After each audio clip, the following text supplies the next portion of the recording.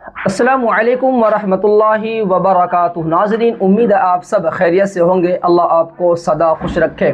आज की इस वीडियो के अंदर बैरिस्टर असदुद्दीन ओवैसी साहब और जमीयत के तरफ से मौलाना महमूद मदनी साहब के बीच में जो गर्मा गर्मी चल रही थी, असम के अंदर मौलाना बदरुद्दीन को लेकर वो नोटिस का भेजना, 24 घंटे में जवाब तलब करना और उसके बाद सोशल मीडिया के ऊपर, बल्कि अक्सर मुसलमानों के दिलो दिमाग के अंदर ये बात आई कि आखिर ये दोनों में चल क्या रहा है। एक तरफ सच्चा और अच्छा ईमानदार लीडर है ओवैसी, दूसरी तरफ जमीयत के जो ज़िम्मेदार है मौलाना महमूद मदनी साहब को ले लें आप, कि इन दोनों में दोनों कौम के लिए काम कर रहे हैं, लेकिन आपस में इनकी गर्मा गर्मी क्यों है? आखिर ये दोनों आपस में एक दूसरे को सपोर्ट क्यों नहीं कर रहे?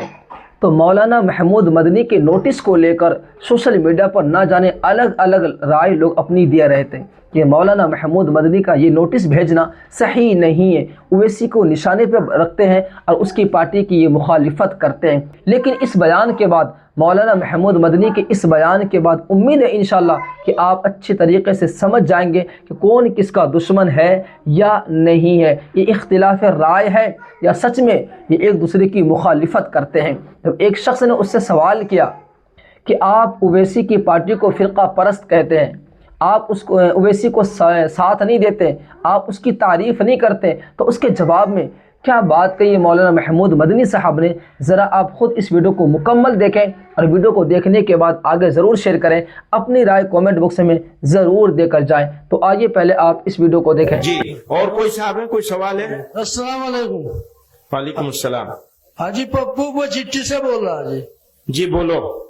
अगर मुस्लिम राजनीति से सांप्रदायिक ताकतें मजबूत होती है तो जहां ओवैसी साहब या कोई मुस्लिम पार्टी चुनाव नहीं लड़ती, वहां बीजेपी क्यों जीत जाती है? क्या कारण है? जी, असल में ये सवाल जो है वो थोड़ा टेढ़ा है और थोड़ा लंबा है। अब इसके ऊपर अगर मैं बात करूंगा तो लंबी बात होगी, नंबर एक। नंबर दो, आपने आदमी का नाम ले लिया। मेरी आदत है, मैं आदमी का नाम लेता नहीं हूं। अब सवाल करने वाले नाम ले लेते हैं, मैं जवाब दूंगा तो कहेंगे जी ये तो उनके खिलाफ बोल रहे हैं। एक बात याद रखिए, खिलाफ में और इख्तलाफ में बहुत फर्क है। खिलाफ होना अच्छी बात नहीं है, मनफी बात है, नेगेटिव बात है। इख्तलाफ करना हक है हर इंसान का। हम लोग एक जमीयत के लोग बैठे हुए हैं यहां, हम आपस में भी इख्तलाफ कर सकते हैं और इस इख्तलाफ के नतीजे में कई मर्तबा अच्छी बातें निकल के आ सकती हैं। लेकिन अगर हम एक दूसरे की मुखालिफत करने लगेंगे तो अच्छी बात पीछे रह जाएगी, खराब बात आगे आ जाएगी। पहली बात तो ये समझ लीजिए, यानी इख्तलाफ जरूर होना चाहिए, मुखालिफत हरगिज नहीं होनी चाहिए। मैंने अपनी जिंदगी में किसी की मुखालिफत नहीं की, और अगर की हो और आप याद दिलाएं तो मैं उस मुखालिफत को वापस लेने के लिए तैयार हूं। इख्तलाफ बहुत लोगों से किया है, वो इख्तलाफ उसूलों पर होता है,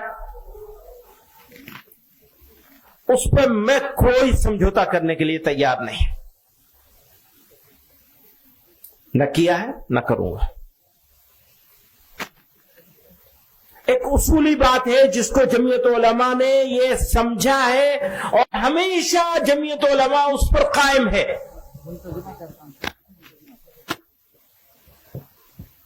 आजादी की लड़ाई मिलकर लड़ी गई, मुल्क को आजाद करने की लड़ाई मिलकर लड़ी गई, मुल्क को आबाद करने की लड़ाई भी मिलकर लड़ी जाएगी और लड़ी जानी चाहिए। कैसे, वो लगाओ जरा, मैं कुछ एक चीज दिखाऊंगा आपको। मैंने कुछ साल पहले इसको बनाया था, आज इत्तेफाक है भारत में 2019 में मुसलमानों की आबादी कुल आबादी मुल्क की जो है वो पहले देखिए, ये है कुल आबादी 137 करोड़ लोग हैं जो इस मुल्क में बसते हैं। 137, इसको मोटे तौर पर 140 करोड़ मान लें, क्योंकि आमतौर पर 140 करोड़ बोला जाता है। मुस्लिम आबादी इसमें से 19.5 करोड़ है। 140 करोड़ में से मुसलमान 19.5 करोड़ हैं। गैर मुस्लिम है 117 करोड़, है ना, 117 करोड़ और 50 लाख, है ना, 117.5 करोड़ है। वो दीजिए। तो गैर मुस्लिम इसमें से 117.5 करोड़ है। अब आप ये देखेंगे कि इसमें कितने लोग हैं जो हमारे दोस्त हैं, कितने हैं जो हमारे दुश्मन हैं, मुखालिफ हैं। तो दोस्त और दुश्मन ना कहें, बल्कि वो एक ताबीर जो थी वो इसको बदलना था ना यहां। और कितने ऐसे हैं जो खामोश हैं, ना दोस्त है ना दुश्मन है। 3 तरह के लोग हैं मुल्क में बसने वाले लोग। अगले उसमें चलिए स्लाइड में। मेरे हिसाब से आज की तारीख में जो हमारे हमसे इत्तेफाक नहीं रखते, सख्त इख्तलाफ रखते हैं, वो 30% हैं। और जो इनसे हमारी किसी हद तक हमारे साथ कई चीजों में इत्तेफाक रखते हैं, वो 10% है। पॉलिटिकल वजह से और अलग अलग रीजन से हमारे साथ कारोबार करते हैं, या कुछ मजहबी मामलात हैं जिनकी वजह से, यानी दीगर अकलियतों होने की वजह से ये हमारे 10% हैं। और खामोश लोग जो ना हमारे मुखालिफ हैं ना हमारे मुआफिक हैं, ये 60% हैं। आप इसको समझ गए? दोबारा से कहूं? जी, देख लिया आपने इस वीडियो को। उम्मीद है कि इस वीडियो को देखने के बाद आप अच्छे तरीके से समझ गए होंगे कि इन दोनों की आपस में इख्तिलाफ राय होती है। ये नहीं कि ये लोग आपस में दिल से एक दूसरे की दुश्मनी करते हैं। नहीं मेरे प्यारे नाज़रीन, ऐसा हरगिज़ नहीं है। उम्मीद है कि इस वीडियो को देखने के बाद अच्छा मैसेज जाएगा और लोग अच्छी तरीके से बात को समझेंगे कि जमीयत ओवैसी की पार्टी से या असदुद्दीन ओवैसी साहब से वो दुश्मनी नहीं कर रहे, या उसके मुखालिफ नहीं है, उसके पार्टी के मुखालिफ नहीं है।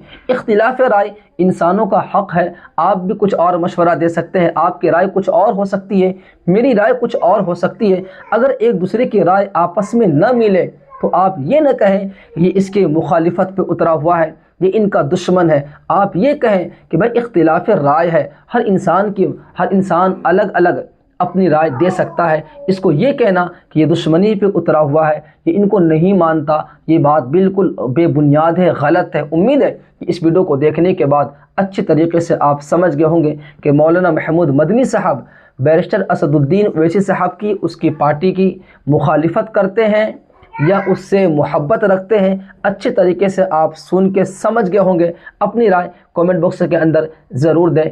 अल्लाह हाफिज़।